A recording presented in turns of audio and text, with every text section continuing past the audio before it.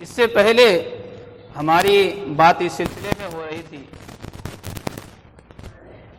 کہ اعلان نبوت سے پہلے اور اعلان نبوت کے بعد کے جو کارنامے رسول گرامی صلی اللہ علیہ وسلم کے ہیں وہ سب ہمارے لیے آئیڈیل ہے. اس کو ہم نے بارہا کئی جمعہ میں بیان کیا ہے. آئیے انہی گوشوں پہ نظر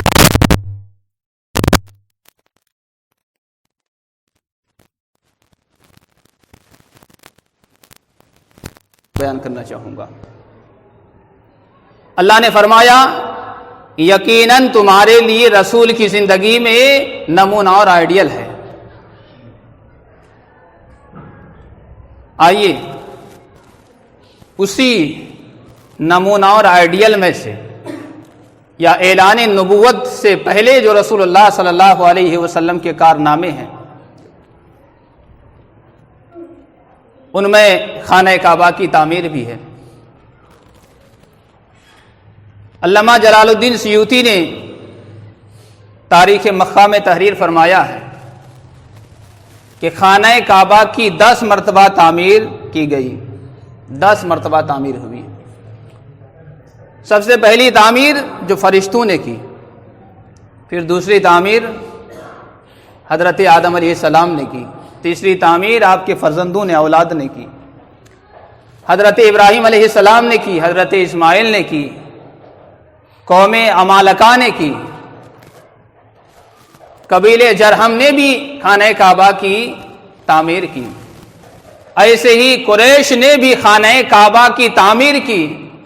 جب قریش نے خانہ کعبہ کی تعمیر کی تو رسول اللہ صلی اللہ علیہ وسلم اس تعمیر میں شامل رہے، بلکہ اللہ کے رسول صلی اللہ علیہ وسلم اپنے کندھے مبارک سے، دوش مبارک سے پتھر اٹھایا کرتے تھے جب خانہ کعبہ کی تعمیر ہو رہی تھی.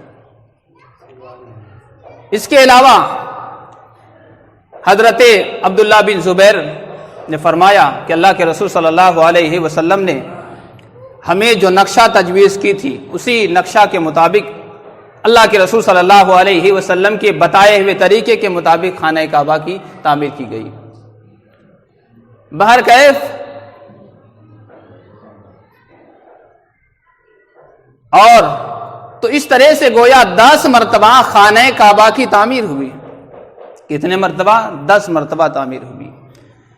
لیکن جب قریش نے خانہ کعبہ کی تعمیر کی، اس تعمیر میں رسول گرامی صلی اللہ علیہ وسلم موجود رہے. اب دیکھیں اس سے جو ایک بات سمجھ میں آ رہی ہے وہ بات یہ کہ جو بھی قوم کے رہنما ہوں گے،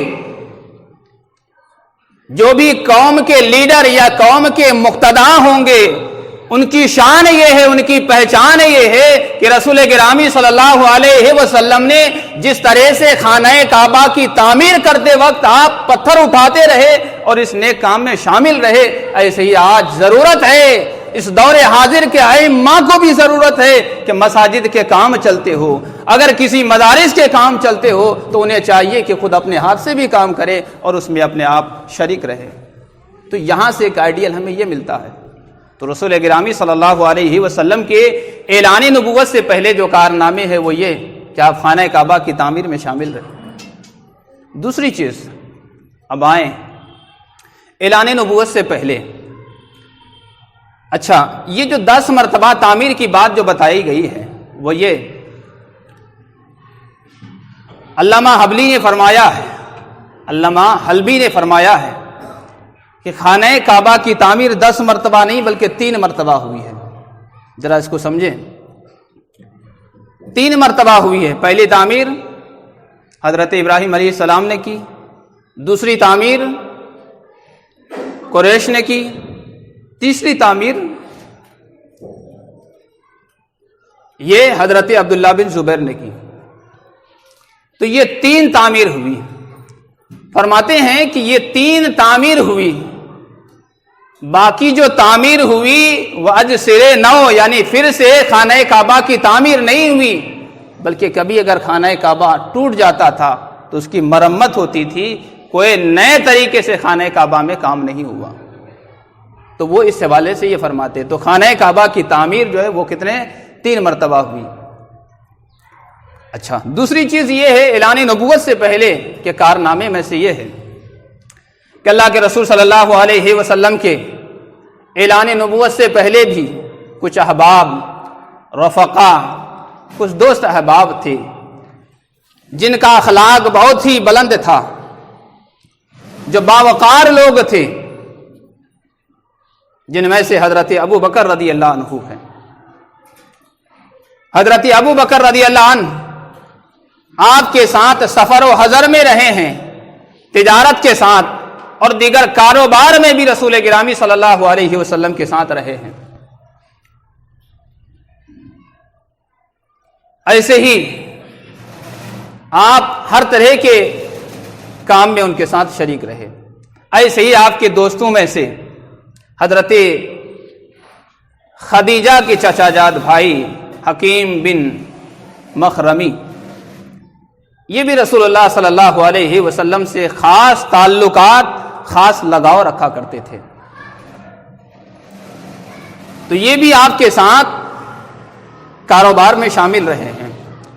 ایسے ہی حضرت زماد بن ثعلبہ، یہ بھی اللہ کے رسول صلی اللہ علیہ وسلم سے قلبی تعلق رکھتے تھے. ایک دفعہ یہ ہوا، یہ حضرت زماد بن ثعلبہ جو اعلان نبوت کے بعد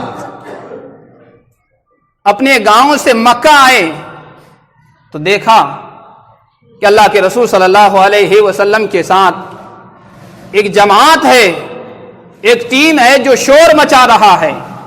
وہ دیکھتے ہی آگے بڑھا. جب پتہ چلا، اور یہ حضرت زماد یہ ایک طبیب تھے اور جراحی کا کام کیا کرتے تھے، تو انہوں نے دیکھا کہ ایک جماعت ہے جو رسول گرامی صلی اللہ علیہ وسلم کے پاس شور مچا رہے ہیں، آوازیں بلند کر رہے ہیں. جب آپ نے یہ منظر دیکھا اور یہ بات پھیل گئی کہ معاذ اللہ، اللہ کے رسول صلی اللہ علیہ وسلم مجنون ہو گئے ہیں. تو جب یہ بات انہوں نے سنا، حضرت زماد بن ثعلبہ نے سنا، سنتے ہی وہ فوراً آیا اور دیکھا کہ رسول اللہ صلی اللہ علیہ وسلم راستے ہی میں ہے.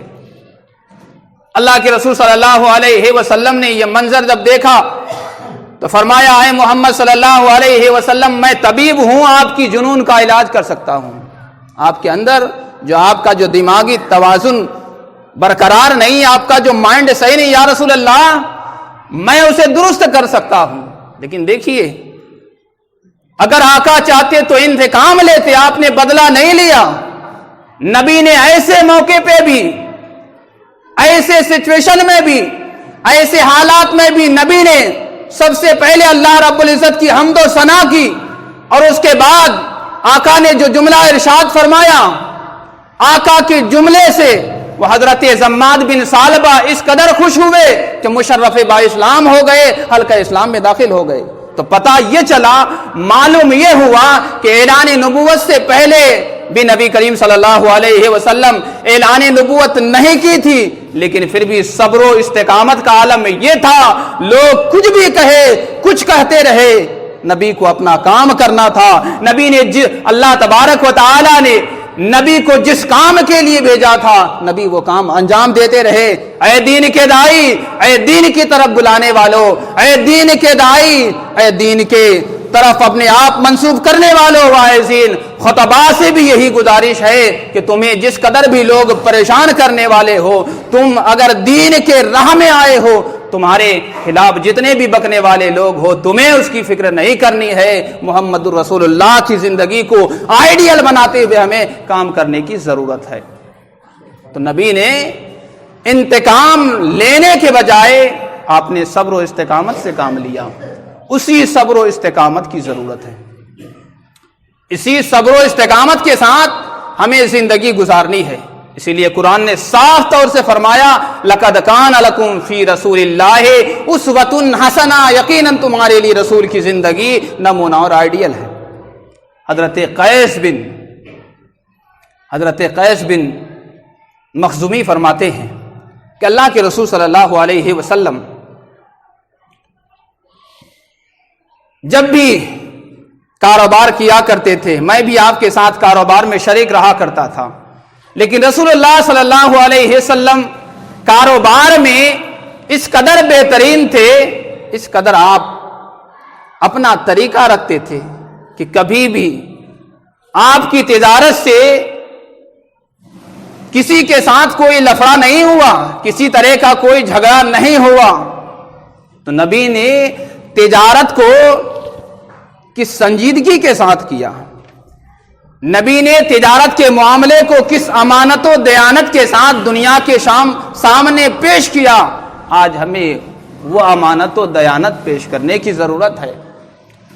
آج جو بھی تاجر ہیں وہ نبی کی بایوگرافی کو پڑھے اور پڑھنے کے بعد اپنی زندگی میں فیصلہ لے تو میں یقیناً کہوں گا کہ کسی بھی تاجر کا کسی کسٹمر کے ساتھ کوئی معاملہ پیش نہ آئے گا۔ تو ضرورت ہے کہ نبی نے جس طرز کے ساتھ، جس حسن و خوبی کے ساتھ نبی نے تجارت کے کام کو انجام دیا ہے، اے پروفیٹ محمد صلی اللہ علیہ وسلم کے فالوورز، ماننے والوں، تم بھی نبی کی زندگی کو اپنی زندگی میں، نبی کی زندگی کو اپنی زندگی میں بسا لو تو یقیناً تمہارے ساتھ بھی کوئی معاملہ، کسی طرح کی کوئی بات پیش آنے والی نہیں ہے۔ دوسری چیز یہ، اب میں آخری چیز پیش کر کے اپنی گفتگو ختم کروں گا۔ مدارج النبوت جلد اول کے اندر صفحہ نمبر 22 کے اندر اللہ کے رسول صلی اللہ علیہ وسلم کے بول مبارک کے بارے میں ایک بات آئی ہے، وہ یہ، صحابہ کرام نے اپنی زندگی میں کثرت سے اس کا مشاہدہ کیا ہے، صحابہ کرام نے دیکھا ہے، بلکہ حضرت ام ایمن نے رسول اللہ صلی اللہ علیہ وسلم کے بول کو پیا بھی ہے۔ ایک دفعہ معاملہ یہ آیا، منقول ہے جو مدارج النبوہ کے اندر ہے، کہ اللہ کے رسول صلی اللہ علیہ وسلم کے تخت کے نیچے ایک پیالہ رکھا جاتا جس میں آپ صلی اللہ علیہ وسلم نے ایک دفعہ بول فرمایا۔ اللہ کے رسول صلی اللہ علیہ وسلم نے جب صبح ہوئی تو آقا نے ام ایمن سے فرمایا، اے ام ایمن، اس پیالہ کو زمین کے سپرد کر دو۔ حضرت ام ایمن نے کچھ بھی نہیں پایا اور فرمایا، یا رسول اللہ صلی اللہ علیہ وسلم، بول کی معنی سمجھ رہے ہیں نا، نبی نے بول فرمایا، جس کو عام لفظوں میں سمجھ لیں پیشاب، لیکن ہم اسے پیشاب کی طرف منسوب نہیں کریں گے۔ نبی نے بول فرمایا اور حضرت ام ایمن سے فرمایا، اے ام ایمن، اس پیالہ کو زمین کے سپرد کرو، یعنی زمین میں دفن کر دو۔ لیکن ام ایمن نے کچھ بھی نہیں پایا اور فرمایا، یا رسول اللہ صلی اللہ علیہ وسلم، رات میں مجھے پیاس لگی تھی، ہم نے اسے پی لیا۔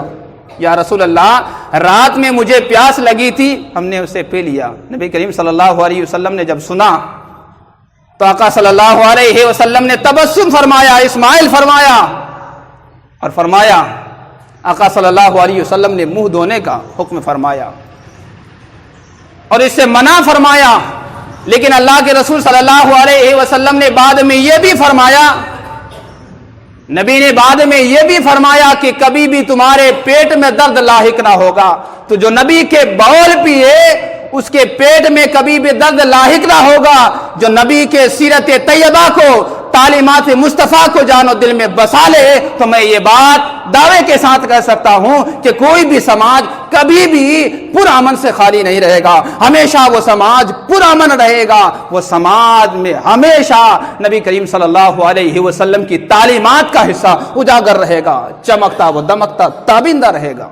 تو آج ضرورت ہے ہمیں نبی کریم صلی اللہ علیہ وسلم کے بایوگرافی کو اسٹڈی کرنے کی، کہ ہم اسٹڈی کریں اور اپنی لائف میں جان و دل میں بسائیں، اور بسانے کے ساتھ ساتھ ہم اپنی زندگی گزاریں۔ تو آج جو دور حاضر میں، اس ڈیٹ میں، جو دین کے نام پہ طرح طرح کے فرقہ واریت کو پھیلائے جا رہے ہیں، دین کے نام پہ عصر حاضر میں جو زہر اگالے جا رہے ہیں، یہ سارے دروازے بند ہو جائیں گے جب ہم نبی کریم صلی اللہ علیہ وسلم کے بایوگرافی کو پڑھیں گے تو یقیناً میں سمجھتا ہوں کہ آج جو یہ عوام کے ذہن و دماغ میں کچھ واعظین کے واعظ سے، کچھ خطباء کے خطابت سے، کچھ اہل پیشہ کے پیشہ ورانہ خطاب سے جو ان کے دلوں میں یہ چیز آئی ہے، میں یقیناً کہہ سکتا ہوں کہ اگر سیرت طیبہ سے لگاؤ ہو جائے، تعلیمات نبی سے واقف ہو جائے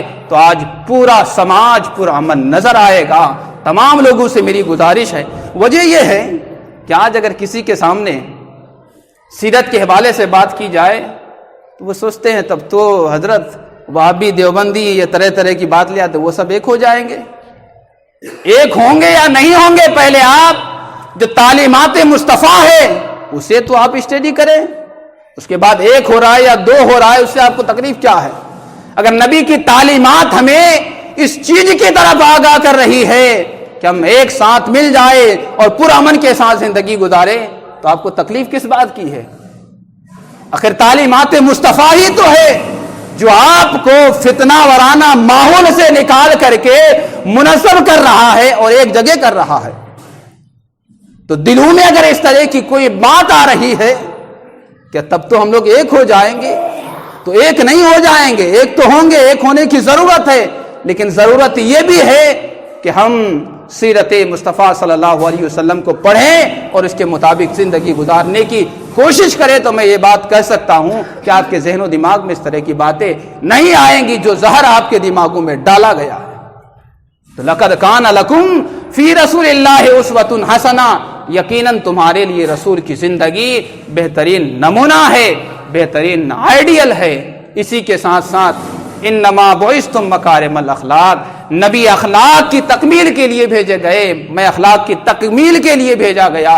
جو محمد الرسول اللہ کے فالوورز ہیں وہ بھی اخلاق کی تکمیل کے لیے لوگوں تک امن و امان پہنچانے کے لیے بھیجا گیا، امن و امان کو پھیلائے، فتنہ ورانہ چیزوں کو جگہ نہ دے، بلکہ نبی کے سیرت طیبہ کو ہر آن ہر لمحہ اپنے ذہن و دماغ میں بسائے رکھے۔